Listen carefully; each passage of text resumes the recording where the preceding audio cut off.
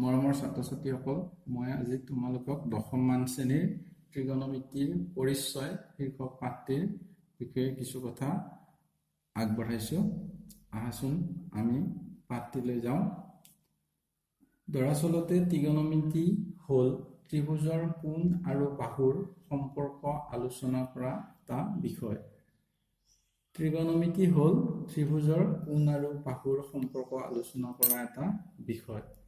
আমি ত্ৰিকোণমিতিৰ পৰিচয় সম্পৰ্কে আলোচনা কৰিব যাওঁতে কিছু ত্ৰিকোণমিতিৰ কথা জানিব লাগিব।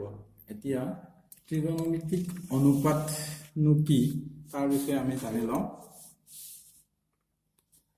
ত্ৰিকোণমিতিক অনুপাত এটা সমকোণী ত্ৰিভুজৰ সূক্ষ্মকোণ বিলাকৰ সাপেক্ষে তাৰ বাহুবিলাকৰ মাজত যিবোৰ অনুপাত পোৱা যায় সেই অনুপাতবোৰেই হ'ল ত্ৰিকোণমিতিক অনুপাত।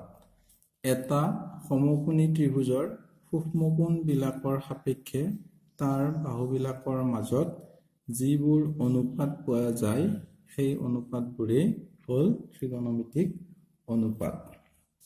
এতিয়া আমি সমকোণী ত্ৰিভুজৰ বাহুবিলাকক জড়িত কৰি কিছুমান ত্ৰিকোণমিতিক অনুপাত উলিয়াম। আহাচোন।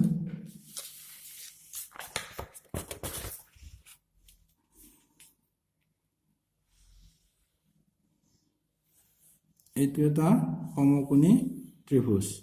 এতিয়া ত্ৰিকোণমিতিক অনুপাতবোৰ উলিয়াব যোৱাৰ আগত সমকোণী ত্ৰিভুজৰ বাহুবিলাকৰ বিষয়ে জানিব লাগিব। এই ত্ৰিভুজটোক এ বি চি নাম দিয়া হ'ল। এতিয়া আমি গম পাম যে বি কোণটো সমকোণ 90 ডিগ্ৰী আৰু এ কোণ আৰু চি কোণটো হ'ব সূক্ষ্মকোণ। এতিয়া আমি কোণকেইটা চিনি পালো। এতিয়া বাহুকেইটানো কি সেই বিষয়ে জানো আহা। এতিয়া তোমালোকে বাহুকেইটাৰ বিষয়ে জানিবলৈ হ'লে প্ৰথমতে এই 90 ডিগ্ৰী কোণটোৰ পৰা ধুনীয়াকৈ এনেকৈ ওলাই যোৱা। কাৰ্চিন মাৰি দেখাইছো মই। ওলাই গৈ যিটো বাহু পাম সেই বাহুটো হ'ব কৰ্ণ। ইংৰাজীত ক'ব হাইপটেনিউছ এইচ। কৰ্ণ বা অতিভুজ বুলিও ক'ব পাৰা।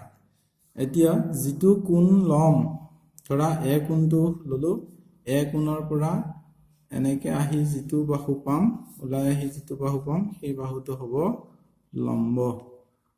ইংৰাজীত ক'ব পাৰপেণ্ডিকুলাৰ। আৰু আন তৃতীয় বাহুটো এই বাহুটো হ'ব ভূমি। বেছ। ইংৰাজীত ক'ব বেছ। এতিয়া এ সূক্ষ্মকোণ সাপেক্ষে এডাল লম্ব হ'ল, কিন্তু যেতিয়া চি সূক্ষ্মকোণ ধৰিম তেতিয়া লম্ব হ'ব এডাল। অৰ্থাৎ আমি জানিলো যে সূক্ষ্মকোণ দুটাৰ সাপেক্ষে বাহুকেইটাৰ নাম বেলেগ বেলেগ হ'ব পাৰে। এতিয়া মই এবাৰ চেঞ্জ কৰি দেখাইছো। এ বি চি এইটো আছিলে 90 ডিগ্ৰী আৰু এই বাহুটো হ'ব কৰ্ণ। এতিয়া মই চি কোণটো ল'লো। এবাৰ চি কোণটো ল'লে চি কোণৰ পৰা ওলাই গৈ যিডাল বাহু পালো সেই বাহুডাল হ'ব লম্ব আৰু আন বাহুডাল হ'ব ইফালে গ'লে এই বাহুডাল হ'ব ভূমি। তৃতীয় বাহুটো হ'ব ভূমি। আগত ভূমি আছিলে এইডাল, এবাৰ ভূমি পালো এইডাল। ইয়াৰ কাৰণটো হ'ল কোণটো আমি বেলেগ বেলেগ ধৰিছো। আগত এ কোণ সাপেক্ষে লৈছিলো, এবাৰ চি কোণ সাপেক্ষে লৈছিলো। অৰ্থাৎ আমি গম পালো যে সূক্ষ্ম কোণ দুটাৰ সাপেক্ষে বাহু দুডাল সাল সলনি হ'ব পাৰে। এতিয়া আমি এটা সমকোণী ত্ৰিভুজৰ তিনিওটা বাহুৰ বিষয়ে গম পালো। এইবাৰ আহো আমি ত্ৰিকোণমিতিক অনুপাতবিলাকৰ বিষয়ে।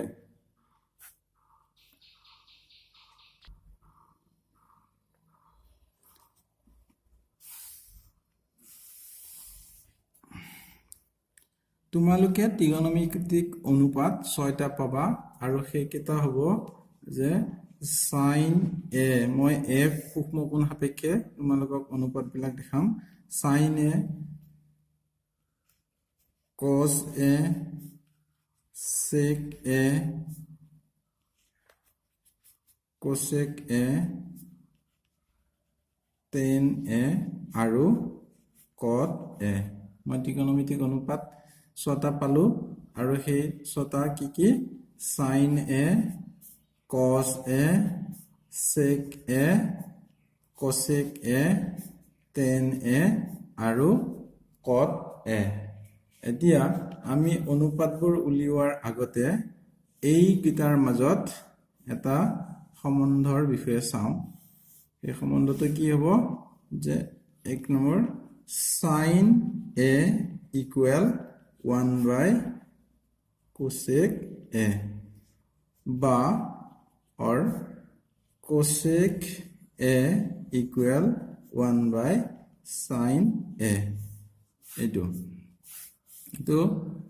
এইটো মনত ৰাখাৰ এটা সহজ উপায় কি এটা মুদ্ৰাৰ কথা ভাবা এটা মুদ্ৰাত হেড আৰু টেল দুটা পিঠি থাকে এতিয়া sin a যদি হেড হয় ইয়াৰ তলত এটা 1 আছে ইয়াক উলটাই দিলে 1 by sin a হ'ব তেতিয়াহলে 1 by sin a হ'ব হলে কি হ'ব cosec a হ'ব অৰ্থাৎ আমি গম পালো যে sin a উলটাই দিলে 1 by cosec a হ'ব অৰ্থাৎ sin আৰু cosec ৰ সম্বন্ধটো হ'ব sin a equal 1 by cosec a বা cosec a equal 1 by sin a ঠিক সেইদৰে আন দুটা পাম cos a equal 1 by sec a বা এনেকেও লিখিব পৰা sec a equal 1 by cos a ঠিক সেইদৰে আন এটা পাম tan a equal 1 by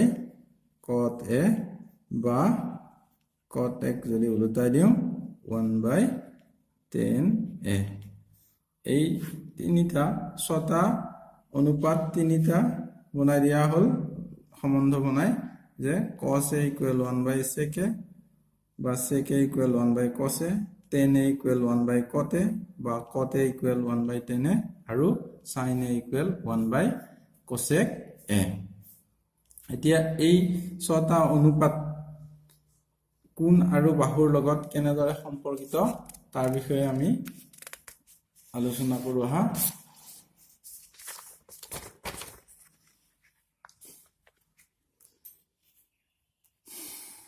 ইয়াত আমি 90 ডিগ্ৰী কোণ ত্ৰিভুজ এটা কোণ সাপেক্ষে সমকোণী ত্ৰিভুজ এটা অংকন কৰিলো a b c ইয়াত 90 ডিগ্ৰী a সমকোণ সাপেক্ষে মই বাহু আৰু কোণৰ অনুপাতবিলাক দেখুৱাম এতিয়া এটো হলে ইডাল হ'ব কৰ্ণ এনেকে ওলাই গৈ ইডাল পাম কৰ্ণ এই কোণটোৰ সাপেক্ষে ইডাল হ'ব লম্ব আৰু কি ইডাল হ'ব ভূমি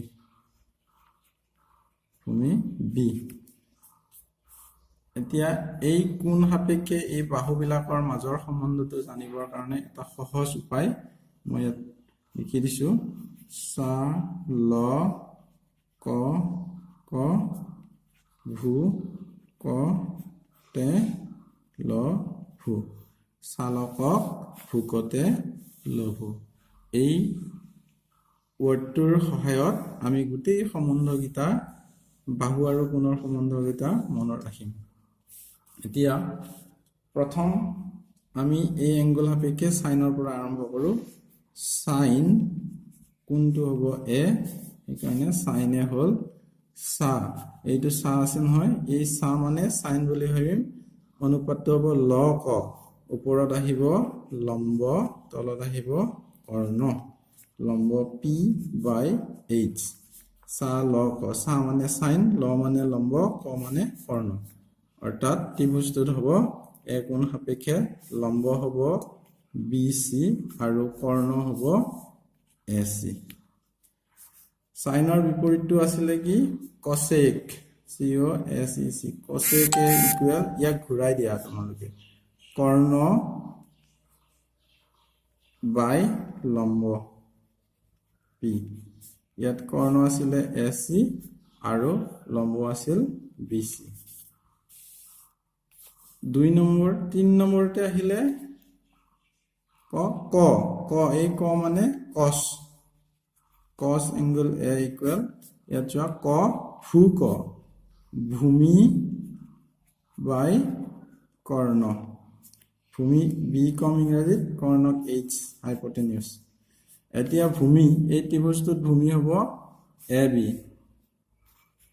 বি বাই কৰ্ণ হ'ব এ চি কস কসৰ বিপৰীত আছিলে কি সেক সেক ইকুৱেল ইয়াক উলটাই দিম কৰ্ণ বাই ভূমি ভূমি কৰ্ণক হাইপটেনিউছ এইচ হ'ব ভূমি বেছ বি ইয়াতে কৰ্ণডাল হ'ব এ চি আৰু ভূমি হ'ব এ বি ঠিক সেইদৰে 5 নম্বৰতে আহিলে টেন তে এই ভূকতে এবাৰ তে মানে টেন এংগলটো এ হলে ল ভূ তে হলে টেন হ'ব ল ভূ ল মানে লম্ব আৰু ভূ মানে ভূমি পি বাই বি এতিয়া ত্ৰিভুজটোত লম্ব হ'ব বি চি আৰু ভূমি হ'ব A B C by A B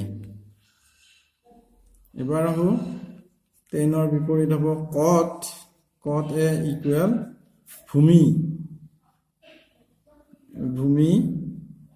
B বাই লম্ব পি টেনৰ অনুপাতটো আমি ঘূৰাই দিছো টেনত ভূমি ওপৰলৈ গ'ল আৰু লম্ব তললৈ আহিল অৰ্থাৎ A B by B C এই চালকক ভূকতে লঘু এই বুদ্ধিটোৰ সহায়ত তোমালোকে বাহু আৰু কোণৰ ত্ৰিকোণমিতিক অনুপাতবিলাকৰ সম্বন্ধবিলাকৰ বিষয়ে মনত ৰাখিব পাৰিবা আজিলৈ এইখিনিতে হ'ব ইয়াৰ পিছত মই তোমালোকক 8.1 অনুশীলনী 8.1ৰ কিছুমান গাণিতিক সমস্যা সমাধান কৰি দেখুৱাম ধন্যবাদ